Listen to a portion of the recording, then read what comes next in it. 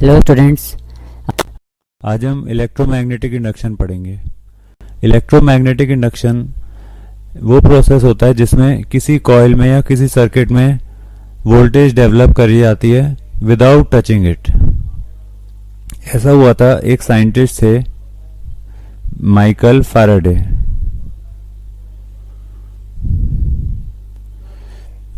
इनके माइंड में आइडिया था कि मैग्नेटिज्म से इलेक्ट्रिसिटी डेवलप करी जा सकती है, बट काफ़ी एक्सपेरिमेंट्स करने के बाद भी ये सक्सेसफुल नहीं हो पाए थे। एट लास्ट जब ये बहुत ज़्यादा फ्रस्ट्रेट हो गए, इन्होंने अपने सर्किट पर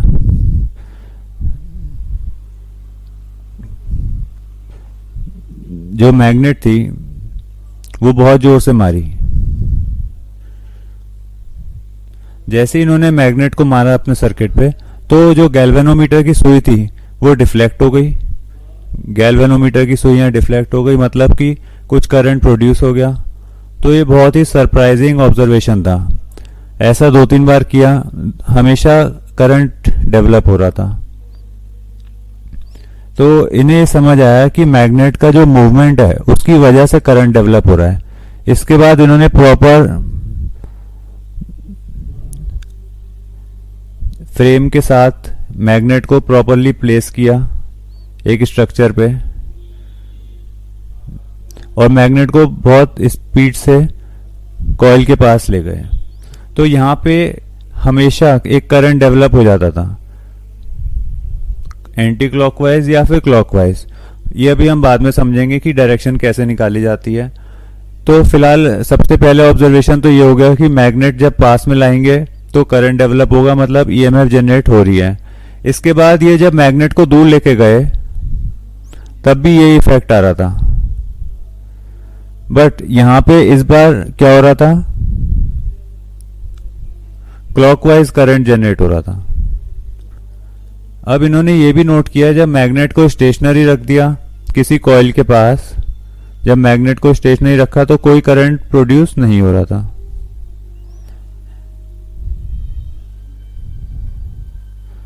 तो यहां कॉइल में कोई करंट नहीं मिला।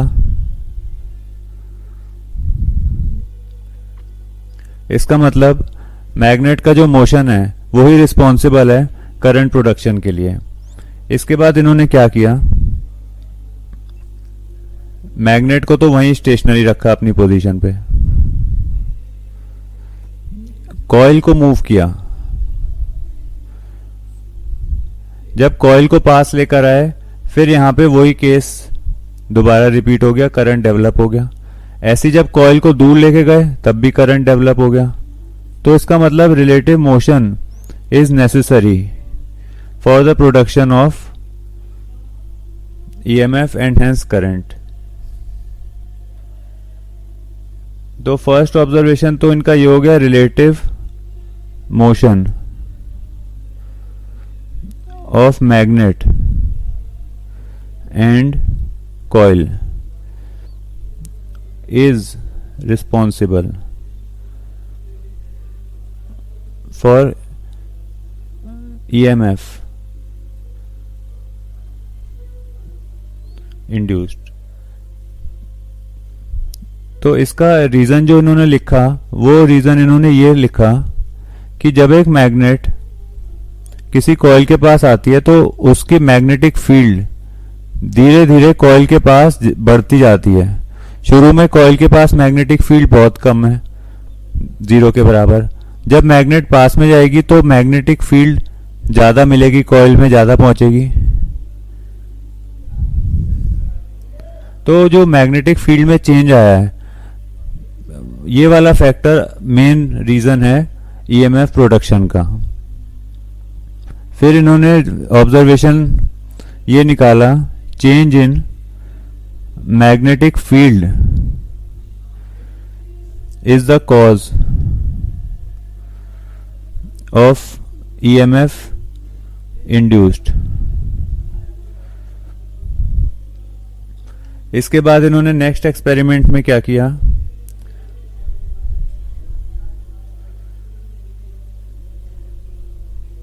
एक सोलेनॉइड लिया जिसके अक्रॉस वेरिएबल करंट को पास किया। जब करंट इंक्रीज होगा तो मैग्नेटिक फील्ड इंक्रीज होगी सोलेनॉइड से निकलने वाली। इसके अक्रॉस एक कॉइल रखी,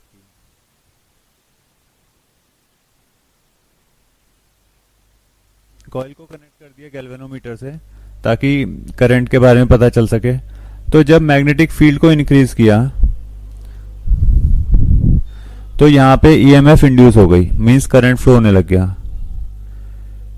ईएमएफ वाज इंड्यूस्ड।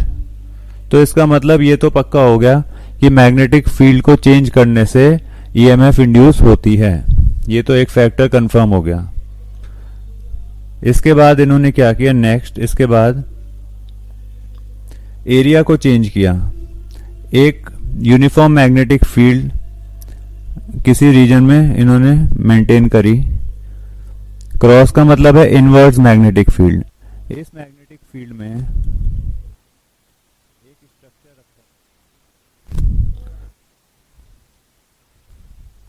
ऐसा एक मेटल का स्ट्रक्चर रखा, मूवेबल वायर। अब आप देखेंगे ये सर्किट पूरा हो गया, कंप्लीट सर्किट हो गया ये। जैसे जैसे वायर अंदर जाएगी तो ये जो एरिया है, एरिया ऑफ द सर्किट, वो रिड्यूस हो जाएगा। Area is changing. इसकी वजह से क्या हुआ, दोबारा से इन्होंने नोट किया कि फिर से यहां पे ईएमएफ इंड्यूस हो गई। EMF is induced, current is produced।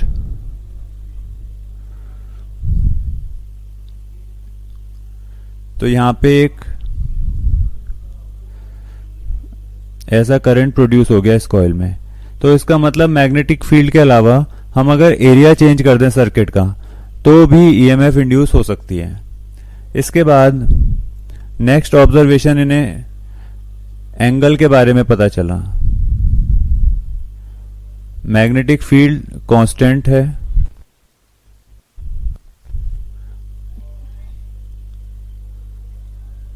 Coil का एरिया कांस्टेंट है, बट कॉइल को वर्टिकल एक्सिस पे गोल घुमाया जा रहा है। इसकी वजह से क्या हो रहा है, एंगल चेंज हो रहा है।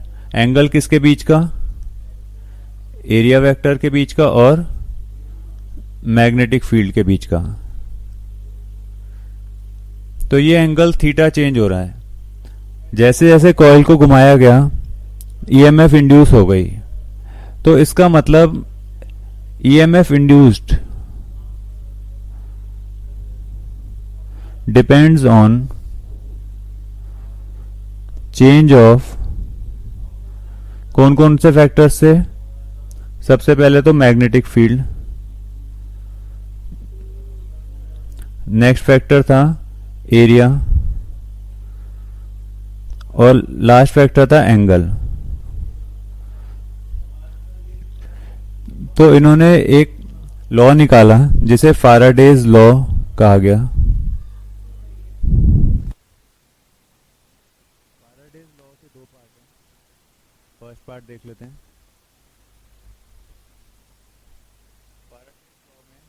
फर्स्ट पार्ट ये कहता है whenever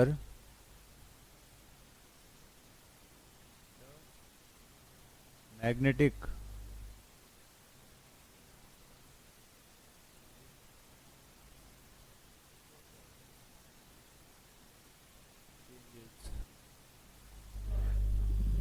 then an EMF is induced in it। ये तो फर्स्ट लॉ था। सेकेंड लॉ ये बताया the magnitude of EMF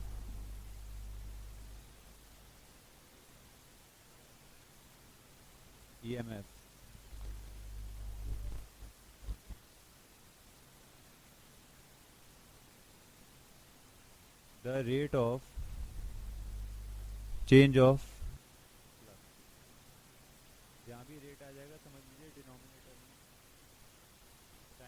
vector आने वाला है। तो इसका मतलब ये था मैग्नीट्यूड ऑफ ईएमएफ, मतलब पॉजिटिव नेगेटिव साइन अभी नहीं देख रहे, बस वैल्यू देख रहे हैं। ये बराबर था d phi by d t. Phi क्या चीज़ है? फाई को हम यहाँ पे लिख सकते हैं मैग्नेटिक फ्लक्स। अब मैग्नेटिक फ्लक्स को समझ लेते हैं। Magnetic flux is the measure of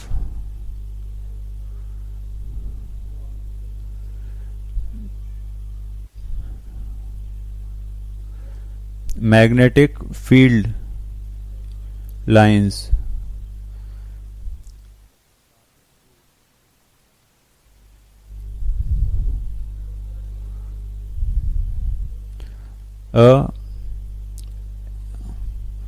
passing through an area।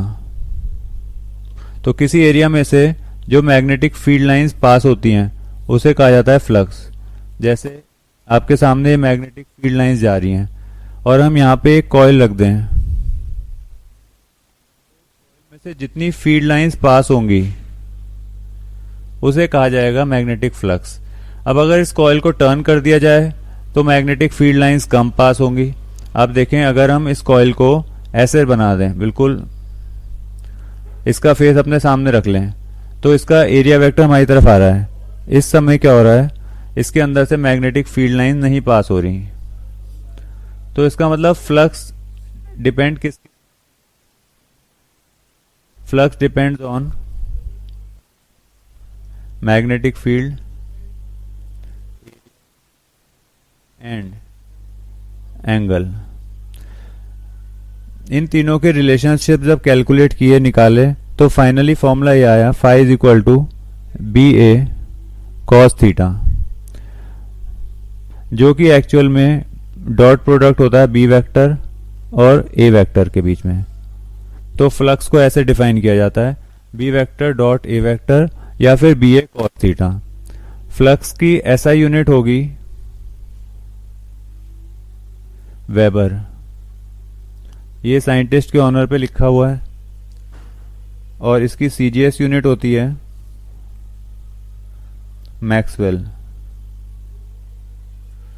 देखिए, जब किसी साइंटिस्ट के नाम को यूनिट्स में यूज करते हैं तो उसका जो फर्स्ट अल्फाबेट होता है, फर्स्ट लेटर होता है, उसको हम कैपिटल ना भी लिखें तो भी कोई गलती नहीं है।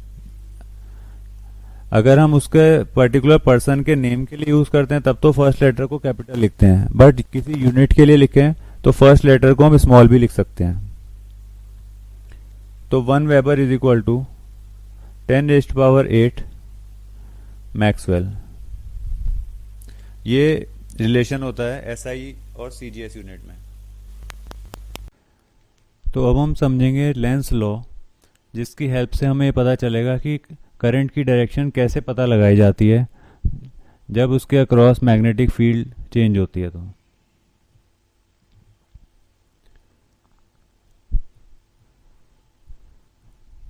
लेंस लॉ एक बहुत इंपॉर्टेंट लॉ है। इसकी हेल्प से हम पता लगाएंगे कॉइल में एंटी क्लॉकवाइज करंट फ्लो होगा या फिर क्लॉकवाइज करंट। तो लेंस लॉ का पहले स्टेटमेंट देख लेते हैं। The direction of induced EMF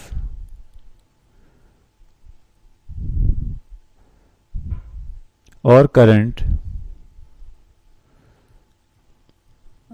will be such that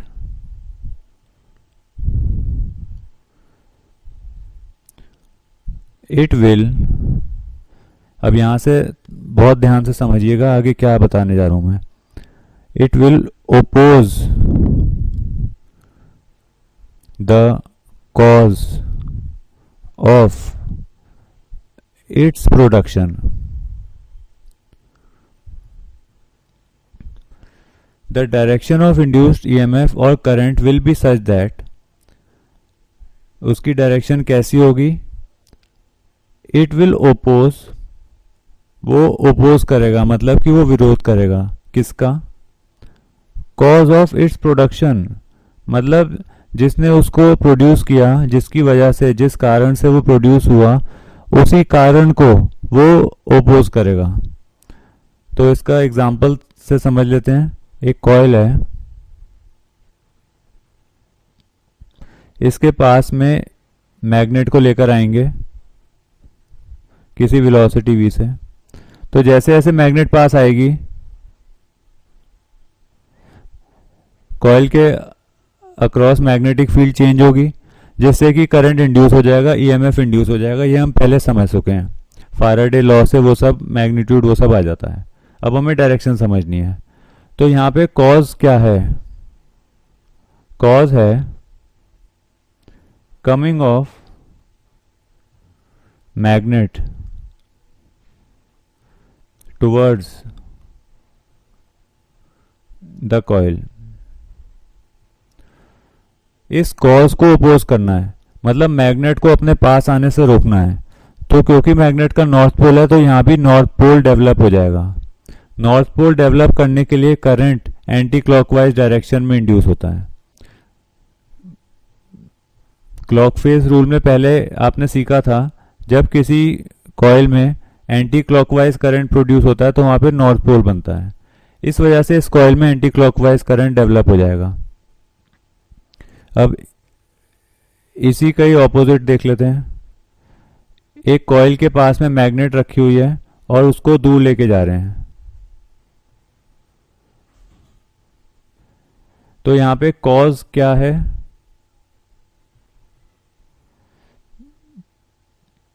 going away of magnet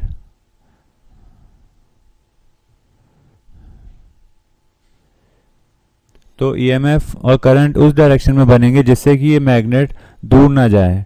ये दूर जाते हुए मैग्नेट को किसी तरीके से रोक लिया जाए। तो यहाँ पे साउथ पोल आ जाएगा।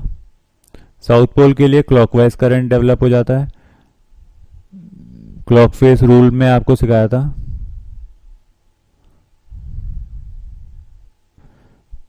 जब किसी सर्कुलर कॉइल में क्लॉकवाइज करंट होगा तो वहाँ साउथ पोल बनेगा। तो इस तरीके से करंट की डायरेक्शन हम डिसाइड करते हैं, जिससे कि जो कॉज है वो ओपोज हो जाए।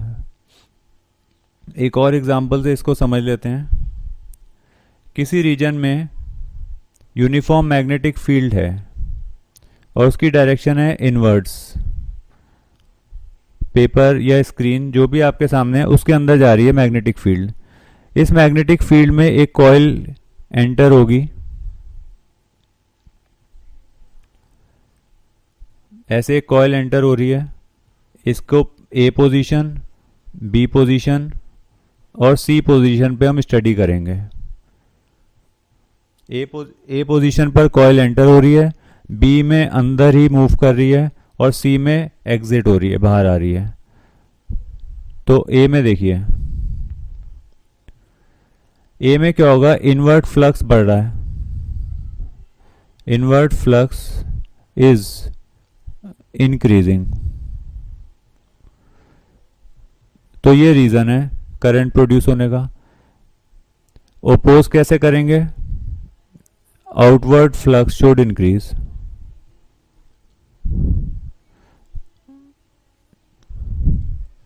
आउटवर्ड फ्लक्स कैसे बढ़ेगा? अगर यहां पे नॉर्थ पोल डेवलप हो जाए। नॉर्थ पोल कैसे डेवलप होगा? एंटी क्लॉकवाइज करंट से। तो ए पॉइंट पे करंट एंटी क्लॉकवाइज प्रोड्यूस होता है। आप राइट हैंड थंब रूल की हेल्प से पता लगा सकते हैं कि फ्लक्स बाहर की तरफ इंक्रीज होगा। बी पॉइंट पे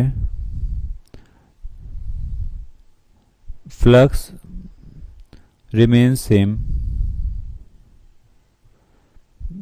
कोई फ्लक्स में चेंज नहीं आ रहा। No EMF is induced. तो यहां पे कोई ईएमएफ, कोई करंट, कुछ नहीं मिलेगा। सी वाली पोजीशन में देखते हैं। जैसे जैसे कॉइल बाहर आ रही है, इनवर्स फ्लक्स डिक्रीज होता जा रहा है।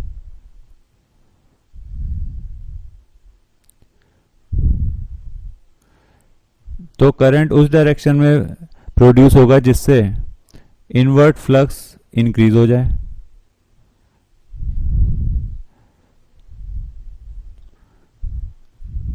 अब इन्वर्ट फ्लक्स कैसे इंक्रीज होगा? अगर वहां पे साउथ पोल बन जाए, और साउथ पोल कैसे बनेगा? अगर क्लॉकवाइज करंट प्रोड्यूस हो जाए। तो यहाँ पे साउथ पोल के लिए क्लॉकवाइज करंट होना चाहिए। इस तरीके से हम करंट की डायरेक्शन को फाइंड कर सकते हैं। तो हमने दो एग्जांपल्स देखे, इनमें आपको समझ आ गया होगा कि अब करंट की डायरेक्शन कैसे फाइंड की जाती है।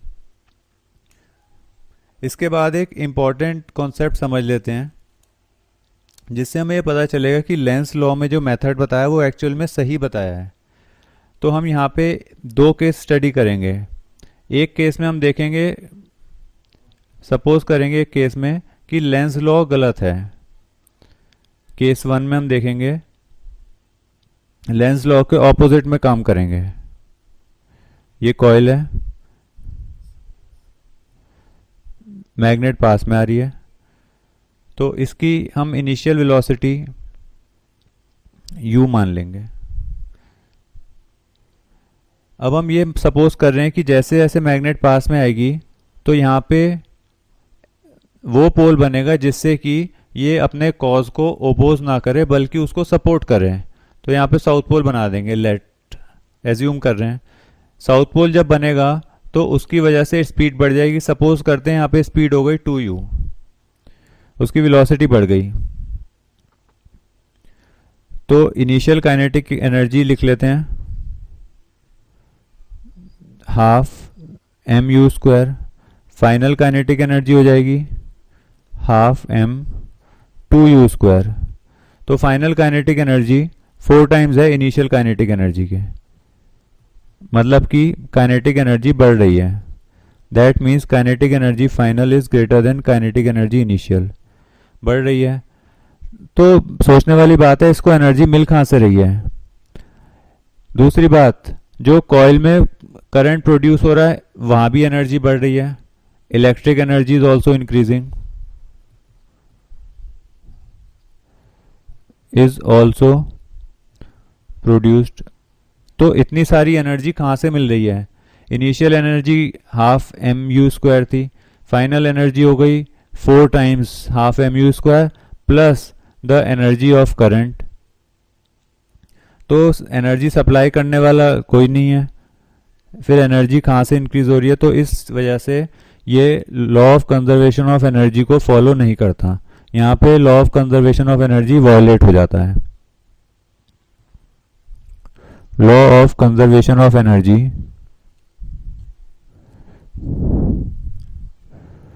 Is not followed. हेयर, इस केस में। अब हम केस 2 पढ़ते हैं। जैसा कि लेंस लॉ में कहा गया उसके अकॉर्डिंग ही हम करेंगे। ये कॉइल है, ये मैग्नेट आ रही है, इसकी इनिशियल वेलोसिटी u है, और हम सपोज करते हैं मैग्नेट पास में आके रुकी गई है, और यहाँ पे करंट ऐसा बना है कि इसको ओपोज किया है, तभी तो रुकी है। तो इनिशियल काइनेटिक एनर्जी हो जाएगी half mu square, final kinetic energy हो गई 0। तो यहाँ पे आप देख सकते हैं काइनेटिक एनर्जी में लॉस हुआ है, loss in kinetic energy is there.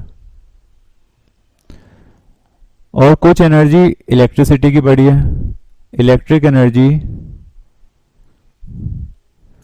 Is produced. तो ऐसा कहा जा सकता है loss in kinetic energy is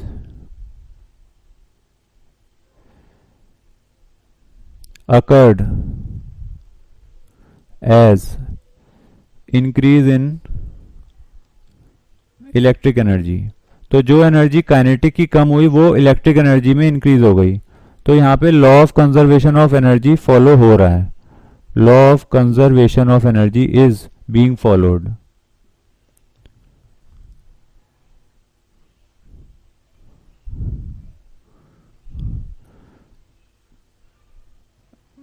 here, इसका मतलब लेंस लॉ सही है, उसमें जो तरीका बताया वो सही है, और ये law of conservation of energy को फॉलो करता है। तो इस तरीके से आपने आज फाराडेज लॉ और लेंस लॉ को अच्छे से समझ लिया है। फिर नेक्स्ट वीडियो क्लास में हम समझेंगे कैसे ईएमएफ इंड्यूस करी जाती है, क्या मेथड्स होते हैं।